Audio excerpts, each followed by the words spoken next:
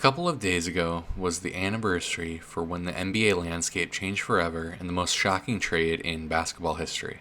Luka Doncic to the Lakers. A trade so bad that it broke fan conception of what was possible in NBA trades. This is the type of sports moment where you remember where you were when it happens. Personally, I was about to go to bed when I heard an ESPN notification from my phone. I checked it, saw this, and went, "Wow, that's a pretty crazy trade. Didn't see that coming."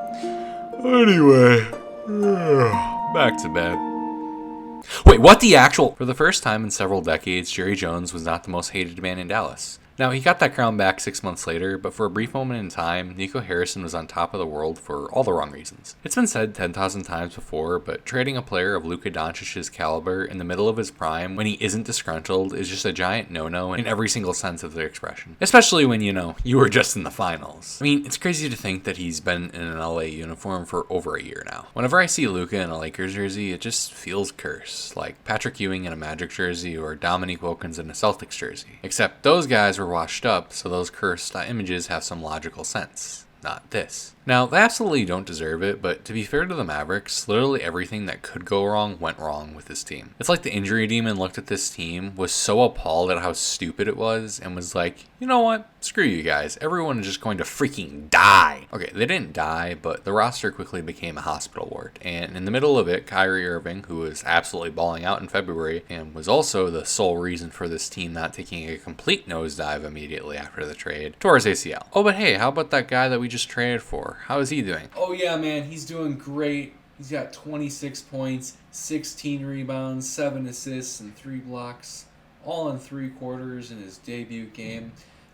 Slight problem though, he's out till late March. And speaking of AD, I feel just as bad as him as I do everyone else that was wronged in this trade, which is all of America. Like, it's funny to joke about AD. Haha, Anthony Day Davis, that's so funny. But like, what's happened to him in Dallas is just straight up sad. This man is a certified first ballot Hall of Famer and one of the 10 to 15 best players of the past 15 years. And he's going to be primarily remembered for 2 things. 1, he's the guy that was traded for Luka, and 2, he's the first human being with glass bones and paper skin. Just constant injuries to this man, and I feel like some of the anger from this trade is just unrightfully directed at him. Yeah, if you can't stay healthy, that's a problem, but it's not like you asked to be traded. Now, Nico got chopped earlier this season, and of course, he deserved it. Now, I know some people believe this was a grand conspiracy by a secret society and that Nico was the sacrificial lamb, but I'm not going to talk about him like that because he has a track record of big mistakes in this business. Yeah, credit where credit is due. He helped build a team for Luka with the likes of PJ Washington and Daniel Gafford, but when he says things like,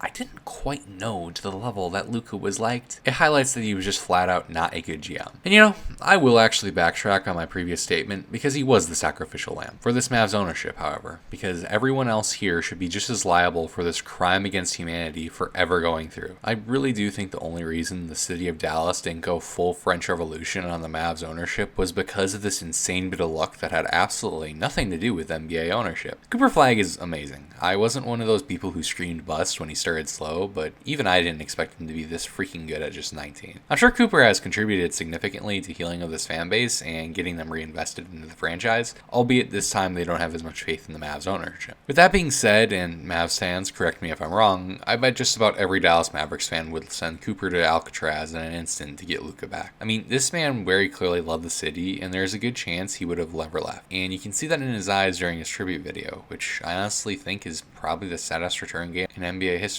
Now, the Lakers are interesting to discuss too because after the trade, joke or not, a lot of people legitimately thought that this team was going to be the one to take down OKC. Especially Shannon Sharpe. I mean, think of it. They already had LeBron, and they basically just added European LeBron. They had Austin Reeves, and they just got a great lob threat for Luka. Jackson Hayes isn't that bad. Hey, Telton, no hard feelings, right? Oh, gosh dang it. And after spanking OKC for what was by far their biggest loss of the season, it really seemed like this team was destined for greatness. Unfortunately, they didn't consider the fact that Anthony Edwards really likes beating up old people and that Rudy Gobert was going to turn into a prime Shaquille O'Neal to close out the series. and after that, nobody's taken LA seriously. I mean, they got better in the offseason and made some legitimately good moves, but nobody expects them to do anything come playoff time. And honestly, with how good some of these young Western teams look, you can't blame them. Now, I am not in any way trying to suggest that this was not a total screw up by the Mavericks and a massive win for the Lakers, but LA's future doesn't exactly look bright. They don't have any sort of a semblance of a young core. LeBron's 1,000 years old and might be in his last year in LA, and outside of Austin Reeves, who looks like he'll be a great second option to Luka, nothing is promising here. Maybe they can make a splash at the deadline in a couple days and make me look like a complete idiot, but right now I do think there is a major possibility that LA just doesn't win anything with Luka. Overall, this trade looks just as bad as it did a year ago, but I do think some serious questions need to be raised over what the end result of the transaction will be. This will never not be egregious because, again, you don't trade away Luka Doncic, but something like the Paul George to OKC trade or Pierce/Garnett trade to Brooklyn could legitimately still be worse because of the direct results it had from those deals. Now, I also want to use this time to talk about something that has been done to death over the past year and a half. This very thing was actually a major part of why Luka was traded, and despite being torn apart by media and fans, they do the exact same thing. I am, of course, talking about Luka's defense and his effort level. Quick question, is Luka Doncic a good defender? Before you answer that, actually, does he always give maximum effort and always look fully engaged?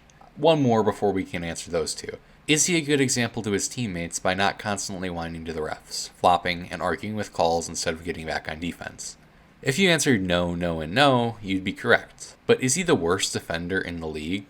No. Jimmy High Roller actually just made a video about this where he concluded that from an analytical standpoint, Luka is pretty average. And when you don't just watch his bad moments that do rounds on social media because it's a popular trend, you see that. I really do think some people think that real life is just like 2K and that players can drop a 35-point triple-double on one end and still play elite defense on the other. Spoiler alert, that is just far too much energy to exert and just not possible in the modern NBA. When I see people get on Luka's case, I'll sometimes see them contrasting him from other players. Someone like Giannis, who is a great defender, always gives effort, and never flops or complains to officials. Except if those same people were actually watching the game and not just applying narratives, they'd realize that Giannis is not the defender he used to be. He just flat out stands around a lot of the time, and while the last one is mostly true, he still does on occasion argue with officials. Someone like Shea also stands around a lot, and Jokic is an awful rim protector, but that is rarely ever brought up. Now, of course, Giannis and Shea are better defenders than Luka. My point, however, is that Luka is in this same tier of player, yet he gets mauled to pieces while the other guys escape any criticism. Now, admittedly, part of this is Luka's fault because he is a bigger whiner than the others, and him taking breaks often results in easier scoring opportunities from the offense. But that's because Luka gets attacked more because they know he isn't a great defender like Shea or Giannis.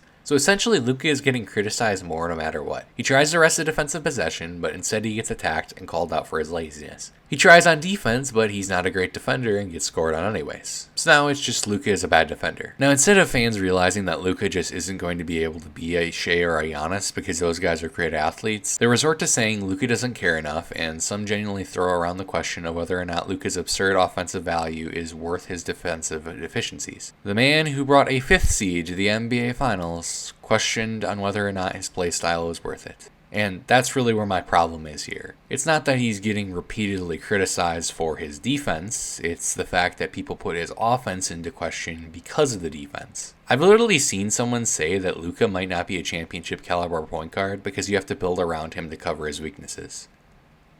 That's literally what you have to do with every player ever. I mean, seriously, this has to be one of the most annoying announcer moments of the season. But I will say one thing. Look at Luka right here. It's okay, Luka, to move your feet a little bit over and help out. Well, what does he do? He just throws up his hand. See, this would be frustrating for me. Especially from one of your leaders on this team, an all-star. More than that. One of the superstars in the league. And I love Luka. He's great. What does he do? He just throws up his hands. First off, Reggie, I know back in your barbaric time you could get away with stuff like this, but in our modern and civilized world, that's an offensive foul and probably even a flagrant. Secondly, you're criticizing Luka for not making a split-second decision to help off the drive. Laravia was in front of Duren, and had he not been assaulted, he would have been able to offer a genuinely good contest on the shot. Maybe he would have fouled, maybe he wouldn't have. If Luka were to have helped off the drive, Duren would have had a wide open shooter he could have kicked it out to. Could you argue that he did the wrong thing by not sliding over to help? Absolutely. Is this sequence justifiable for chewing him out and sarcastically saying, "This is one of the superstars of the sport"? Absolutely not. Now, maybe I'm crazy, but these comments were actually agreeing with Reggie. He gave up on the play, just threw up his hands to the officials. Yeah, because his guy just copped an elbow to the dome. I know some of this is due to him playing in LA, and LA has ridiculously high standards. People will have you believe the Lakers are below 500 or something, when in actuality they are 29-18 as I record this, and 3 games back from the 2nd seed in the West. And keep in mind, they're doing this despite Austin Reeves missing half the season so far, and LeBron missing 17 games. And like every team, some key role players have also missed time this year. So what's really holding this team back? Their top players missing substantial amounts of time, or Luka not sliding over to help this drive despite averaging a 34-point near triple-double? Put your votes in the comments below. I really do believe this whole narrative got itself rolling in the 2024 finals when Brian Windhorst and fans just berated Luka for his defensive effort. Yeah, some things like whining were criticized before, but after the series, Luka's reputation just hasn't been the same, and I really do believe he is the most disrespected superstar of this generation. Yes, even more than Chair Tatum. Now, Wendy, I see your point about Luka's effort not being up to par, but you also work for ESPN, which doesn't actually care about proper sports reporting and analysis, but how to generate the most viewership. Here's a few things to consider. 1. Boston had 4 elite perimeter defenders capable to throw at Dallas in Derek White, Drew Holiday, Jaylen Brown, and Jason Tatum. That's a nightmare for any guard, especially when your team relies on you to generate offense. 2. Luka was still by far the best player in the series. He led the finals in points per game, rebounds per game, and steals per game, and was second in assists per game. Jason Tatum, meanwhile, couldn't finish a freaking layup, and Kyrie had an abysmal finals performance. Though, to take some blame off of him, he also had to deal with that nightmarish perimeter defense. Yet, nobody ever mentions either of those two guys performing. 3. Luka literally escaped out of an Egyptian sarcophagus from the Great Pyramid of Giza right before the series began.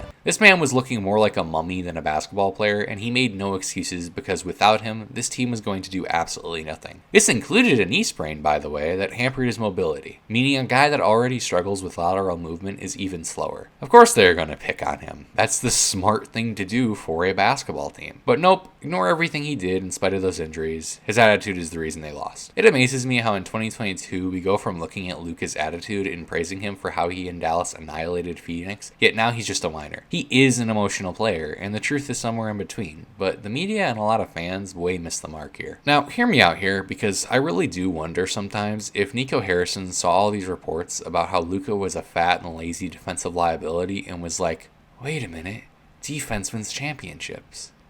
I gotta get rid of this guy. Now, of course, Nico's an idiot who deserves to lose his job if he believed these narratives, but those narratives still could have influenced him. And I just find it curious to consider that all this talk bashing Luka, acting like he was the problem while ignoring his offensive brilliance, had something to do with how his Dallas tenure ended. I want to end this video on a more positive note, and just appreciate this 2024 Mavericks team.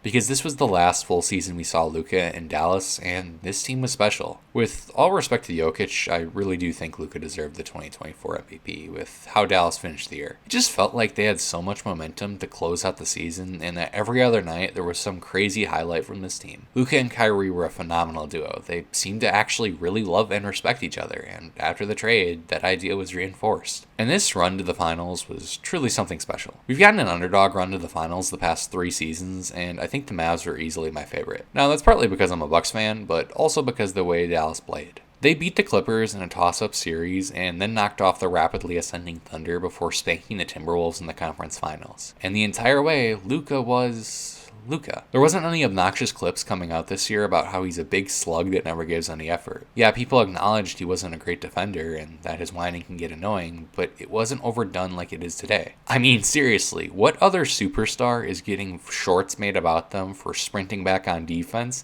and then getting criticized in the comments for doing so? He looked like he was genuinely having fun as he gave out great offensive performances night in and night out. Everyone has seen this sequence by now, and honestly, I think it is the last major Luka highlight moment before his reputation seemingly got flipped upside down. I remember watching it live as Luka took Gobert for a dance and just how amazing it was to watch in real time. And outside of stupid comments criticizing Rudy Gobert for not being an elite perimeter defender, it is still my favorite moment to watch of Luka. It's like watching him before everything went bad, before a bad dream started. It embodies who Luka Doncic is, a highly talented offensive machine. A guy who, for better or worse, has his emotions deeply staked in the game. A guy who simply loves the game he plays. Now, again, for the 1000th time, Luka is not immune to criticism, and the things I've mentioned have some validity to them. It's just I think they have to be toned down to a reasonable level. If you want to continue to push the narrative that Luka is a cone that doesn't care, I can't stop you, but I will pose this question to you. Would you rather spend your time constantly hating on a generational talent,